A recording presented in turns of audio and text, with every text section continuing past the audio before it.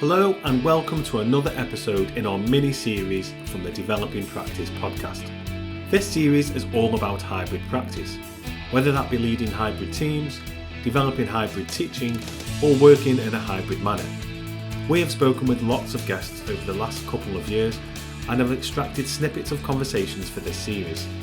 Today's compilation is all about ensuring relationship building in a hybrid environment. We hope you enjoy.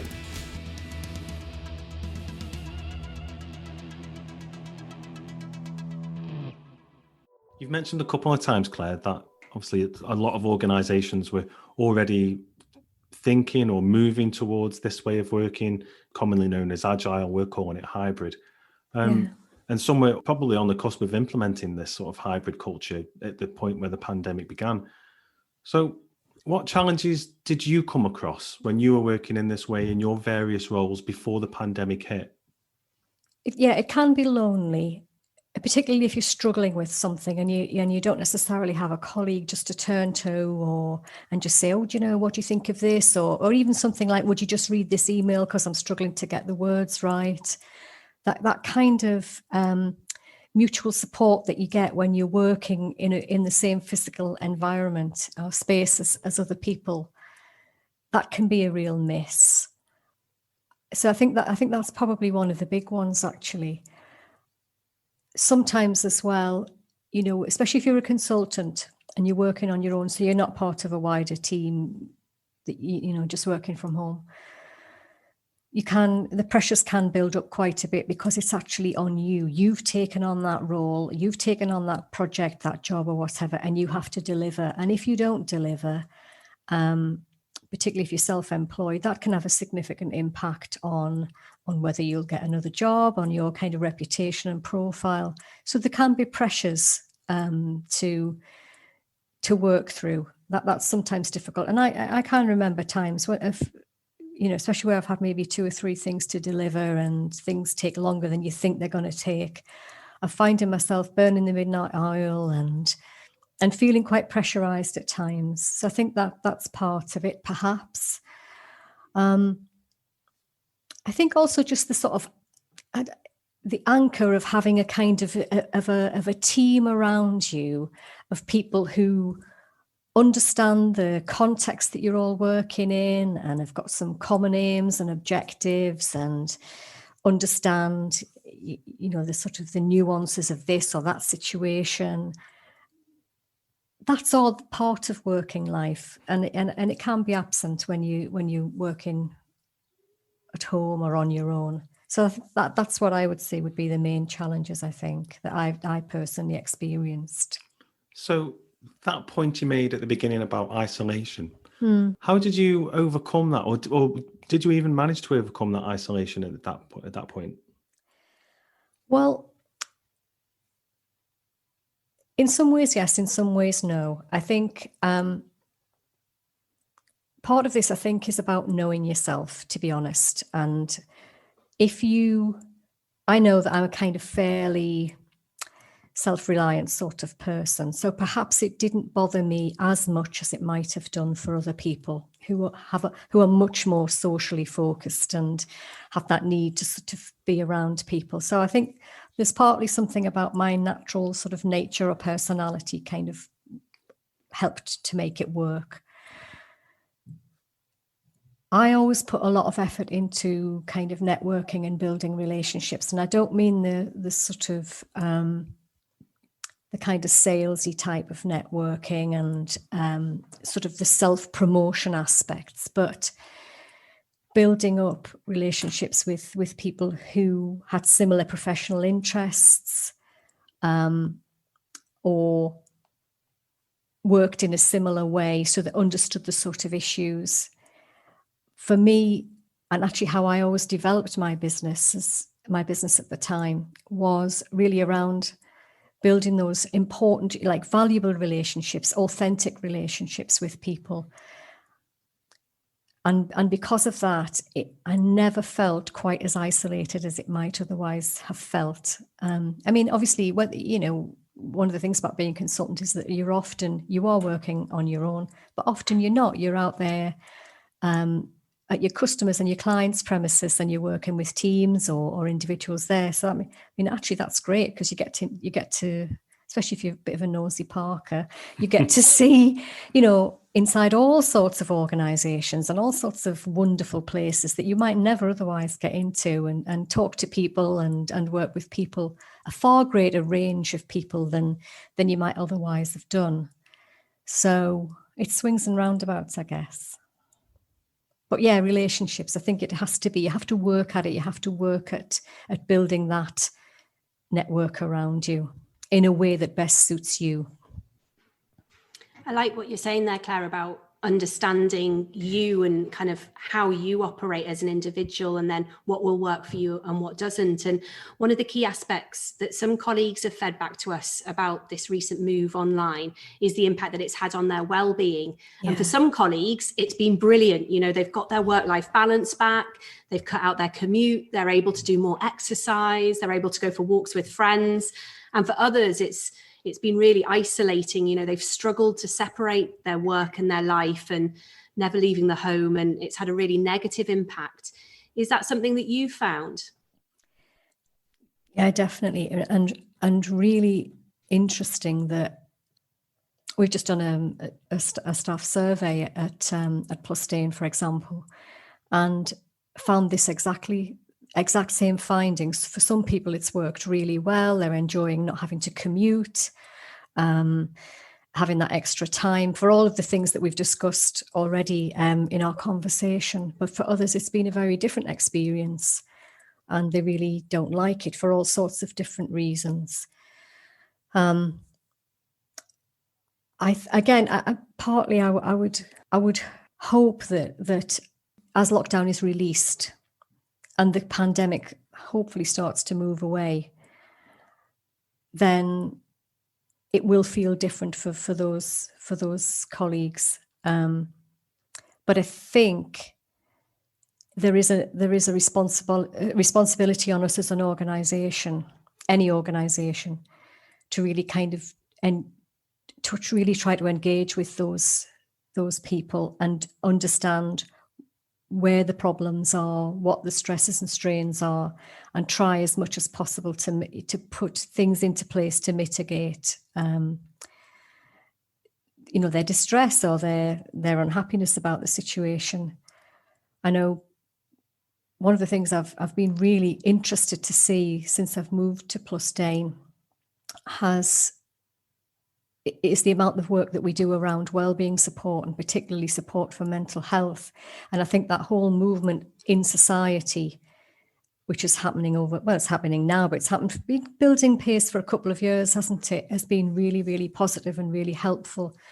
And I think if we can provide different forums, or forums, probably the word, isn't it? For people to have these kind of conversations, and as organisations that we're equipping the line managers to be able to have these really sensitive, nuanced conversations with individuals, then it's really, really important to supporting their well-being. Because as you say, it just doesn't suit everybody. It really doesn't. No, absolutely. And I think one of the key things that colleagues are missing are those kind of informal conversations that you have when you're actually on campus, over the coffee or over the photocopier. And it's really hard to replicate that, isn't it, on an online forum? I noticed, Matt, you put something on Twitter the other day where you'd set up a kind of informal chat using some kind of technology, and no one had turned up. So Matt was there at the bar by himself. And it's a really great idea doing stuff like that, but people find it much, much harder to engage kind of informally, don't they, when they're working online? Have you got any ideas around that, Claire, that could help us to kind of foster those kind of supportive relationships in the workplace? Yeah, it is a really difficult one, isn't it? And it's I suppose even just going back to something I mentioned before about when you've got that little question about, oh, what do you think about this? Where you just turn to somebody and you can't do it in the same way, and you don't necessarily want to pick up the phone or because you don't know what they're doing and you might be disturbing them, and you maybe feel, well, it's not important enough to say, to ask the question or disturb them, or just those really funny conversations that you end up having about something that you watched on the television or something somebody said. It's all part of the sort of social glue in the organizational life, isn't it, that makes coming to work so interesting and enjoyable, sometimes annoying, but it's all part of it, isn't it? The kind of things I've seen people doing is just making sure you still have those team meetings, even if they're just 30 minutes where you're just doing the general catch up, or that it's okay to have the space to talk about what was on the television or what people did at the weekend, not necessarily where it takes hours out of people's day and it feels intrusive, but just 30 minutes, 20 minutes here. I actually do really like the chat facility we use Teams, for example, but just using that chat facility just to say, do you mind, could you have a look at this, or what do you think about that? I really quite like that, because it makes me at least feel connected with others.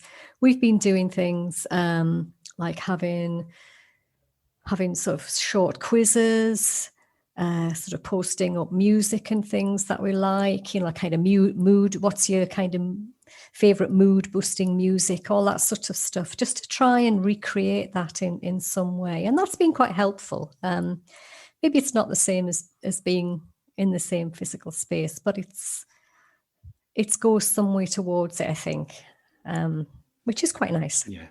I think one of the things I miss about working with you, Claire, is that we did often used to turn our chairs around and face each other and talk through problems on a regular basis. We do it at least once a day.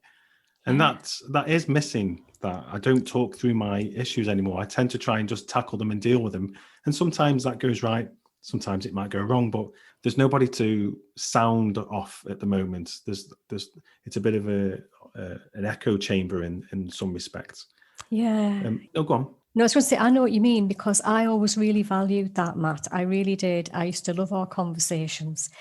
And actually, now you say that, it makes me reflect on something, which is, I think, for me, one of the most enjoyable aspects of work is actually those type of conversations, those kind of intelligent, professional, insightful conversations that you have with colleagues. I think is so rewarding, and yeah, I think that is my favorite part of work.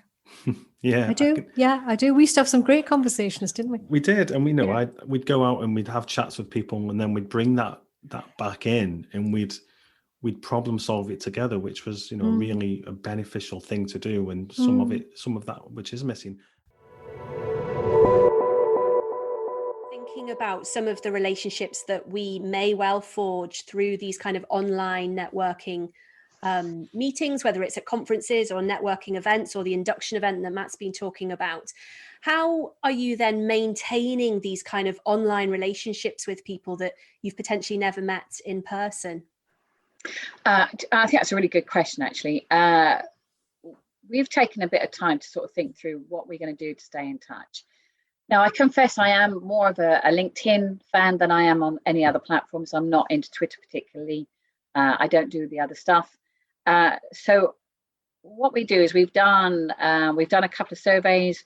We've launched a couple of guidebooks, and I'm doing a series of interviews at the moment. We're just about to start another second series of interviews, so looking at different angles. And we do a lot of posts on LinkedIn. And then based on those posts, we then go back in to see who's liked, who's commented. And then based on who's liked and commented, then I then pick those up, create new conversations, turn those into Zoom coffees. We come back to what's the purpose of networking in the first place? And primarily it is to get to a one-to-one. Now, it's not just that, is it? I want to get to a one-to-one because I want to influence somebody. I want to talk to somebody. I want to offer some suggestions. Now, obviously, I run a business, and therefore I'm trying to sell something, or I'm looking to increase my profile, my credibility, myself as a thought leader. So that's my objective in developing any relationship. And I've made this normal, that it's no different through the screen as it was in the face-to-face. So we would still have a level of activity. It's just that it's all taken place through the Zoom. But I come back to, if my activity is online in the first place through LinkedIn, doing posts and whatever, what I'm doing is I'm picking up the same people and inviting them for a coffee. So my trick is, and I know this is a podcast, but my trick is that if I say to somebody, let's have a Zoom coffee, I bring my cup, my glass, and I make sure that I purposely drink as though I was at a Costa or a Nero's or a Starbucks, but I would turn this into a chat rather than having, if you like, my pen and paper ready, going, right, okay, I'll take some notes and we'll crack on. So you set the scene based on what you're trying to achieve. Does that make sense? Because there is no difference. Yeah, absolutely. Yeah, I think you're right. I mean, we have different types of meetings now at work, and the Friday morning one is very much bring your coffee. And it sets the scene. It lets people off the hook. They don't need to talk about work. So no, I definitely know what you're talking about. Yeah, but if you look at, right, so if you want to talk to your boss, so you've got peer-to-peer. So it's so important that people just don't get lost doing work. And again, I'm sorry, I'm going to repeat myself so many times here today. Most people, when they were at work in the office, would just work. They would have lunch with their best mate, and they would go for a coffee chat with their best mate in the office. And then there was that slight random stuff that would happen. One talks about elevator conversations. Well, to be honest, they never happen because 20 people get into a lift. It's not one person. It's not the boss. I always think it's the most stupidest thing in the world, that is. And when companies used to say to me, right, can you do the elevator pitch? I go, no. I used to actually say to the bosses saying, right, do you really want someone to come in? And they go, Matt, you're my boss. I am now going to do my thing on you, right?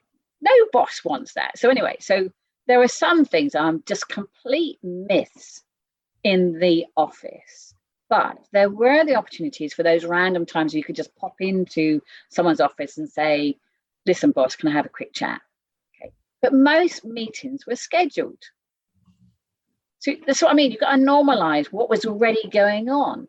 We've built up into this big bubble of rainbow-colored, rose-colored thinking, and it's nonsense. We didn't have lots of random stuff. There were the odd random things. So the only difference is now is you turn around and say to your boss, it'd be great to do a catch-up. Can we get a Zoom coffee in? Okay. Now the only difference is that you've got to get more to the point nowadays than what you may have done before. But trust me, if you walked into your boss's office and they'd had their head down and you walked in saying, can I get 2 minutes? Your boss is going to say, yeah, sure. What do you want? So in my head, I'm going, why have we made this different? Yeah. Okay. Now, of course, there are lots of situations where it is much more random, and that's fine. But you just say to your boss or whoever, you've got to go out of your way to make sure it happens. That's the bit that's important. And that was just as people who were reluctant to do it were just as reluctant in the office as they were doing it on this one. Yeah, definitely. I really agree with what you've been saying there, particularly about this myth about these random events. There was something on campus which did happen though, because campus was such a large part of Liverpool. You could walk for like 15 minutes and you'd still be on campus to try and get from one meeting to another. So there was something that happened, and I think my director calls it as the punctuation of the day, where you might be leaving a meeting in one place, walking to your office or to your base or to another meeting, and you would have a conversation along the way. And your conversation was about what you've just been experiencing in a meeting. And actually what you were doing is, without even realizing it, you were helping to digest what had happened and to formulate your actions and things like that. So there was a real value to that activity, which has been lost, it's particularly for people in senior positions, because like my manager at the moment just bounces from one to the next with very little break in between. And she's very keen on producing and doing some sort of introduction to a meeting, which isn't just about the topic. She tries to break in and have that informal bit. But when you're just going from one to the next, you yourself are not able to process what's happening. And there's no commute either for me. So I used to commute into Liverpool, and that's gone. So I am not digesting the information of the day. I just go from work, and then I'm in the kitchen and I'm at home. So I think that there is something there, and I don't know how to recreate that in an online world. I think a little bit now we're moving though in that direction, aren't we, Matt? Because like straight away when we all moved home, I totally agree with what you've just said. But often now after a meeting, after a podcast recording, even you and I'll Teams each other, won't we, just for 10 minutes to go, okay, was that good? Do we need to, there is that kind of processing, which I totally get not everyone's doing. But I wonder if even on that now, are we trying to create those opportunities for processing? I don't know. I know of quite a few, like our colleague Rianne the other day, we had quite an important meeting, and then I Teamsed her straight afterwards just so we could debrief it a bit and check we were happy with how things had been left and the actions. We agreed the actions, and I don't know. I wonder if we're trying to compensate for that a bit. Anyway, Heather, I don't know what you think on that. Well, I mean, you're absolutely right. I 100% agree with that. So I used to sort of say to people, when you're going to go to a meeting, get there 5 minutes earlier so you could go and talk to somebody that you need to target, go and speak to, whatever. And then afterwards, make sure that you link arms, so to speak, with somebody that you really want to sort of get that debriefing part with, catch up with. And you're absolutely right. That's that informality, that light debrief, chatty sort of thing has absolutely, definitely gone. And I'm shocked when I'm talking to some of my senior executives that they're on 20 to 30 phone calls a day. I have to sort of say it is insane, and I think it is mentally wrong for companies to do that to their staff. There's a lady that I'm working with, and she actually showed me her diary, because when she and I are doing the coaching session, she quite often turns up and she is frazzled, and she said, "Let me show you," and then says, "Share the screen." I'm like going, "Oh my goodness me," and it is insane. Now, the company is wrong to allow that to happen. So that would be my first sort of statement. But I do agree with what you just said, Alex, over how do you then get that soft debrief before or after. So what we could do is we could look at, if there are the teams on the call, then there must be a way of saying, I tell you what, Angela, wouldn't it be great if we get 5 minutes on a separate call before the meeting, because there's a couple of things I'd love to talk to you about. And then likewise, when during the call, because you can text people individually and sort of say, this is really interesting, I'd love to get a debrief with you afterwards, because I've got these thoughts, but I don't want to say nothing just yet. So you would almost say the same stuff, but you just got to do it rather than through the non-verbal part that you would normally sort of, be able to look from, look at your mate across the table going, your eyes raise and you're sort of thinking, oh my God. And your mate would, the person across the room would go, well, let's have a chat afterwards. They would know that. Where this time you can't really do that because your language would be giving it away. So you would just do it through the texting. It's not the same, but it's as close as I think as we can get.